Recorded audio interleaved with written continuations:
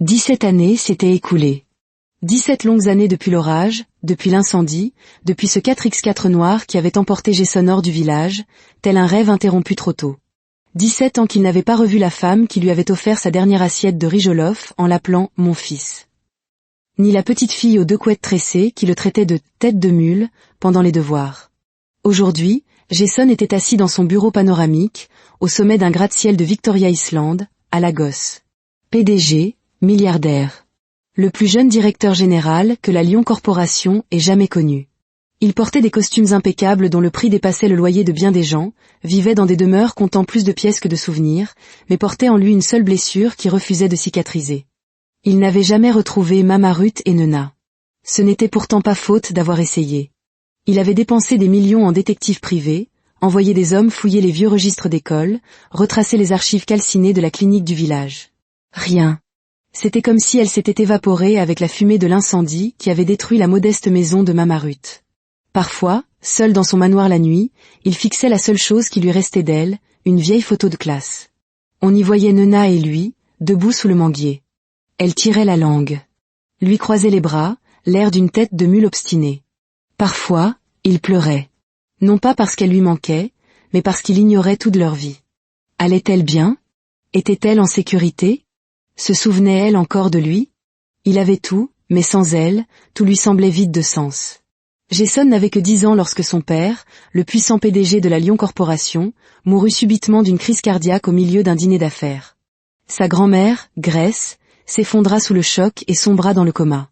Et tandis que la maison était en deuil, le mal s'infiltra par la porte de derrière. La belle-mère de Jason, cette même femme qui lui caressait la tête en disant « Tu es aussi mon fils », se mit à agir étrangement. Elle souriait trop, passait de trop nombreux appels nocturnes. Elle renvoya même le chauffeur personnel de Jason et remplaça tout l'ancien personnel. Un soir, la nouvelle cuisinière donna à Jason un verre de lait chaud. Il le but, se blottit dans son grand lit moelleux, et le lendemain matin, il se réveilla dans un village inconnu, sans chaussures, sans sac, et sans la moindre idée de la façon dont il était arrivé là. On l'avait jeté comme un sac de rebut. Pendant des semaines, il mendia, dormit sous les arbres, mangea dans les poubelles. Les villageois ne voyaient pas un enfant, ils voyaient une malédiction. Jusqu'à ce qu'un après-midi, une femme vendant du riz jollof près de la gare routière lui tende une barquette. C'était Mama Ruth. Et la petite fille qui tirait sur son pagne, le traitant d'abord de « rat malade » avant de partager ses biscuits avec lui, c'était Nena. Elles changèrent sa vie. Pendant que Jason construisait des gratte-ciels à Lagos, Nena se battait pour survivre à Abuja. La vie ne l'avait pas épargnée, mais elle ne l'avait pas brisée. Elle se tenait droite, avec la dignité et la répartie que Mama Ruth lui avait enseignée. Après que leur tante les eut recueillis, Nena réussit à terminer le lycée, puis l'université, tout en enchaînant les petits boulots. Pompiste, femme de chambre, hôtesse d'accueil. Tout cela pour payer ses frais de scolarité et aider à prendre soin de sa mère malade, désormais en fauteuil roulant. Une amie lui parla d'un poste de secrétaire dans une grande entreprise. Elle postula. Mais en arrivant, la réceptionniste ne la laissa même pas finir sa phrase. « Désolée, ma chère. Le poste de secrétaire a déjà été pourvu. » Le cœur de Nena se serra. Mais la dame ajouta, « Cependant, il reste une place d'agent d'entretien. » Nena esquissa un faible sourire. Un travail est un travail. Elle commença immédiatement. On l'affecta au nettoyage du 12e étage, là où seuls les directeurs, les membres du conseil d'administration et les milliardaires respiraient l'air. Sa superviseure l'avait prévenue, baisse les yeux. Ne regarde jamais ces riches dans le visage. Reste à ta place. Elle obéit. Elle devint une ombre armée d'une serpillière, un fantôme en uniforme. Silencieuse, concentrée, invisible. Jusqu'au jour où on l'appela pour nettoyer la salle du conseil pendant une réunion de la plus haute importance. Alors qu'elle nettoyait discrètement, un directeur renversa son café brûlant. Le liquide se répandit partout. Elle se précipita avec des serviettes en papier et sa serpillière, la tête baissée, essuyant comme si sa vie en dépendait. Puis elle entendit un nom. Nena. Elle l'ignora. Trop de femmes portaient ce prénom. Nena. Elle continua d'essuyer. Puis, tête de mule. Sa main se figea. Sa colonne vertébrale se raidit. Elle leva lentement les yeux. Et il était là. Un homme dans un costume bleu marine, une montre de luxe au poignet, des chaussures vernies, debout au bout de la table comme un prince, la fixant droit dans les yeux. « C'est bien toi ?» murmura-t-il. Tu ne te souviens pas de moi? Elle cligna des yeux. Son cœur explosa dans sa poitrine. Non, c'était impossible. Jason, articula-t-elle péniblement. Toute la salle du conseil se figea. Attendez, le PDG connaît la femme de ménage? Quelle sorte d'agent d'entretien est-ce là? Jason n'attendit pas la fin du protocole. Il quitta la réunion en plein milieu d'une phrase et marcha vers elle. C'est toi. C'est vraiment toi. Où est Mama Ruth? Emmène-moi à elle, je t'en prie. Elle était trop sous le choc pour parler. Ce soir-là, Jason lui tint la main tout le long du trajet hors du bureau, comme s'il craignait qu'elle ne disparaisse à nouveau. Les employés regardaient, bouche bée. Était-ce une fille cachée? Une maîtresse secrète? Qui était cette femme de ménage que le patron tenait comme un trésor fragile? Ils roulèrent en silence. Quand ils arrivèrent devant le petit appartement, Jason descendit de voiture comme s'il marchait sur une terre sainte. Nena ouvrit doucement la porte. À l'intérieur, Mama Ruth était assise dans son fauteuil roulant, à moitié endormie, son pagne noué lâchement, sa radio jouant une douce mélodie. Jason s'approcha, la voix brisée. « Mama !» Elle ne leva pas les yeux. « Mama Ruth, c'est moi, Jason. » Toujours rien. Alors il s'agenouilla devant elle, prit doucement sa main. Puis il murmura, « Tu m'avais dit que même si j'étais un esprit des eaux, tu chasserais le démon hors de moi à coups de prière. » Ses yeux s'écarquillèrent lentement. Sa main tremblante se tendit. « Jason, dit-elle, la voix vibrante. Mon fils, est-ce vraiment toi? » Il hocha la tête. Ils éclatèrent tous les deux en sanglots. Nena, debout derrière lui, pleurait aussi. Ils se prirent dans les bras, pleurèrent, rirent. Le petit garçon qu'elle avait trouvé sous la pluie était maintenant cet homme en costume, escorté par un convoi. Jason leur raconta tout. Le lait, la méchante belle-mère, le coma de sa grand-mère, les recherches, le 4x4, les études à l'étranger, le retour, la maison incendiée, le vide, et comment il les avait cherchés sans relâche depuis. Ils pleurèrent à nouveau, tous ensemble. Cette nuit-là, Mama Ruth ne dormit pas. Elle le regarda simplement manger son reste de soupe de gombo. Jason, le PDG milliardaire, patron de milliers d'employés, mangeait toujours avec ses mains, aimait toujours son riz bien cuit, et riait toujours en secouant les épaules. Il était rentré à la maison. Dès l'instant où Jason retrouva Nena et Mama Ruth, il refusa de les laisser souffrir un jour de plus. Il les installa dans un magnifique appartement dans l'un des plus beaux quartiers d'Abuja, engagea une infirmière privée pour Mama Ruth, offrit une voiture de fonction neuve à Nena et lui confia un poste de direction à la branche d'Abuja de son entreprise. Chaque semaine, Jason prenait l'avion depuis Lagos juste pour passer du temps avec elle. S'il n'était pas dans leur salon à rire avec Mama Ruth en buvant sa bouillie, il était sur le balcon avec Nena, à parler pendant des heures de la vie, du travail, des souvenirs. Quand il restait pour la nuit, lui et Nena se rendaient au bureau ensemble, comme un couple. C'était devenu une routine, et bientôt, les employés commencèrent à le remarquer. Les chuchotements se firent entendre dans les couloirs. N'est-ce pas la fille qui nettoyait les salles de réunion? Elle lui a jeté un sort.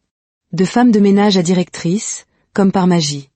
J'ai entendu dire qu'elle a utilisé de la sorcellerie. Certains étaient jaloux, d'autres choqués, mais les plus audacieux appelaient cela par son nom, pensait-il, la séduction. La nouvelle se répandit rapidement et parvint bientôt aux oreilles de la fiancée de Jason, une femme riche et orgueilleuse, à la langue aussi acérée que le tempérament. Dès qu'elle entendit la rumeur, elle n'attendit pas pour vérifier. Elle débarqua au bureau un mardi matin, tel un ouragan sur talons aiguilles. On pouvait entendre le claquement de ses chaussures sur le carrelage comme des coups de feu. Elle fit irruption dans le bureau de Nena et la pointa du doigt. « Alors c'est elle, la femme de ménage dont tout le monde parle? Tu crois que tu peux me voler mon homme? Je vais t'anéantir. » Nena, choquée et humiliée, resta figée. Avant qu'elle ne puisse dire un mot, Jason entra. « Rita, » aboya-t-il. « Qu'est-ce que tu fabriques ici? » Elle veut prendre ma place. Cracha Rita, les yeux flamboyants. C'est pour ça que tu es si froid? À cause de cette femme de ménage devenue directrice? Sors d'ici, dit Jason, d'une voix dangereusement calme. Et ne lui parle plus jamais comme ça. Mais Rita n'avait pas dit son dernier mot. Quelques jours plus tard, elle engagea des détectives qui retrouvèrent la trace de Nena et Mama Ruth. Elle se présenta chez elle sans prévenir, sa voiture garée insolemment devant le portail comme si elle était chez elle. Elle entra en trombe, hurlant des insultes, traitant Mama Ruth de sorcière et Nena de croqueuse de diamants. Dans un moment de pure cruauté, elle prit une bouteille d'eau dans sa voiture, s'approcha de Mama Ruth, assise dans son fauteuil roulant, et la lui versa entièrement dessus. Vieille femme sans honte, qui attire les hommes riches avec ta fille. Misérable. Les voisins sortirent en courant, certains essayèrent de l'arrêter, mais avant que quiconque puisse réagir, elle était repartie, aussi vite que la tempête qu'elle était. Quand Jason apprit ce qui s'était passé, il resta complètement silencieux pendant des heures. Puis, calmement, il prit son téléphone et appela Rita. « Tu as insulté la femme qui m'a sauvé la vie, » dit-il. « C'est terminé entre nous. » Mais Jason. Il ne la laissa pas finir. Il raccrocha. Elle le supplia. Elle envoya de longs messages. Elle pleura sur les réseaux sociaux. Elle essaya même de menacer Nona. Mais Jason s'assura qu'elle n'ait plus aucun moyen de les atteindre. Il posta des gardes du corps devant leur maison, 24 heures sur 24, 7 jours sur 7. Au fil des mois, Jason commença à passer plus de temps à Abuja qu'à Lagos. Officiellement, c'était pour les affaires. Mais la vérité était simple, il voulait être près de Nona. Il les emmenait en sortie chaque week-end. Il regardait des films, mangeait des glaces, visitait des musées. Il achetait à Mama Ruth de douces châles pour envelopper ses jambes quand elle s'asseyait sur le balcon. Et à Nona, il redonnait la joie de rire. Mais quelque chose d'étrange commença à se produire. Jason ressentait une émotion qu'il ne pouvait nommer. Chaque fois que Nona riait, son cœur faisait un bond. Chaque fois qu'elle levait les yeux au ciel ou le grondait, il se surprenait à sourire comme un idiot. Il essaya de chasser ce sentiment. Elle est comme ma sœur. C'est mal. Mais Nona n'était plus une enfant. Elle était devenue une femme magnifique, intelligente, à la répartie vive. Et Nona, elle aussi, avait commencé à ressentir quelque chose. Au début, elle l'ignora. Puis un jour, elle se confia à son amie, celle-là même qui lui avait trouvé le poste d'agent d'entretien. « Je crois que j'aime Jason. » Son amie hurla. « Ma chérie, tu ne le réalises que maintenant ? Mais il est comme mon frère. » « Est-il ton frère de sang ? » ?»« Non. Il est beau, il est gentil, et il est fou de toi. Si tu ne dis rien, c'est moi qui vais le prendre. » Elles rirent, mais Nona resta confuse. Pendant ce temps, Jason avait commencé à éviter les contacts visuels prolongés.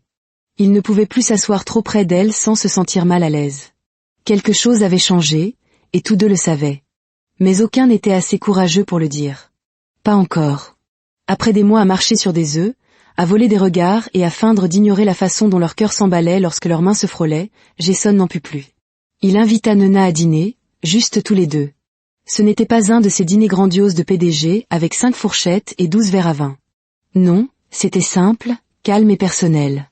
Son riz jollof préféré, du poisson grillé, une musique douce, et Jason, qui ressemblait à la paix incarnée. Au milieu du repas, il tendit la main par-dessus la table et prit la sienne. Elle leva les yeux, le cœur battant la chamade. Il prit une profonde inspiration. « Je sais que ça peut paraître fou, mais je t'aime, » dit-il. « J'ai essayé de refouler ce sentiment, de le combattre, mais chaque fois que je te regarde, je sais. C'est toi. Tu es mon foyer. » Nona le fixa, abasourdie. Sa bouche s'ouvrit, se referma, s'ouvrit à nouveau. Puis elle expira. « Ça ne paraît pas fou. Parce que je ressens la même chose. » Jason cligna des yeux. « Vraiment ?» Elle hocha la tête en souriant. « Je pensais être la seule folle. » Cette nuit-là, leur histoire d'amour commença véritablement. Ils la gardèrent secrète au début. Des appels tardifs, des séances de cinéma avec des casquettes pour se cacher, des regards en coin au bureau. Mais Mama Ruth n'était pas dupe. Ses yeux étaient plus perçants que jamais.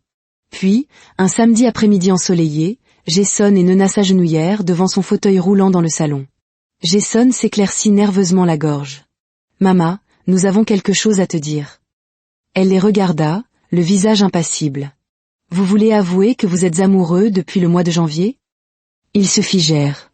Elle éclata d'un rire sonore. « Je vous regarde jouer à cache-cache sous mon nez depuis des mois. N'insultez pas mon intelligence. Je suis dans ce jeu depuis 1989. Je reconnais l'amour quand je le vois. » Ils rirent tous. Puis Jason prit ses mains. « Nous voulons ta bénédiction. » Mama Ruth rayonna. « Vous l'avez, mes enfants. Vous l'avez toujours eu. » Quelques semaines plus tard, Jason emmena Nona à Lagos pour rencontrer la reine elle-même, sa grand-mère. Dès que grand-mère Grace vit Nona, elle se leva de son fauteuil doré, la toisa de haut en bas, et hocha la tête. « Voilà le genre de femme pour laquelle j'ai prié, » annonça-t-elle. « Pas ce lézard au long cou que tu fréquentais avant. » Nona essaya de ne pas rire, Mais grand-mère Grace n'avait pas fini. Celle-ci a une bonne éducation. Elle a de la lumière dans les yeux. Son esprit est pur. Tu as fait le bon choix cette fois, mon fils. Jason sourit et serra la main de Nona. Je sais. Les préparatifs du mariage commencèrent immédiatement. Le jour J, tout était parfait. Des orchidées blanches, une décoration dorée, un orchestre jouant de la musique soul. Des invités du monde entier étaient présents. Et au premier rang, vêtue de dentelle dorée, son foulard noué comme une couronne, se tenait Mama Ruth. Elle tenait doucement sa canne, mais ses yeux pétillaient de fierté. Alors que Nona remontait l'allée, radieuse dans sa robe, Jason l'attendait, les yeux déjà embués de larmes. Ce même garçon qu'on avait autrefois qualifié d'enfant maudit. Ce même garçon qu'on disait posséder.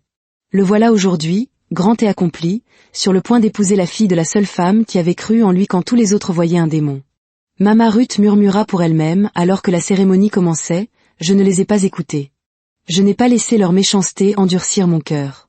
Et regardez où l'amour nous a menés. Elle sourit tandis qu'ils échangeaient leurs vœux. Et alors que les invités applaudissaient et acclamaient les mariés, elle essuya une larme. Ce n'était pas seulement un mariage. C'était le chapitre final d'une histoire qui avait commencé dans la douleur, mais qui s'achevait dans la gloire. Une histoire de foi, d'amour, et d'une simple assiette de riz qui avait tout changé.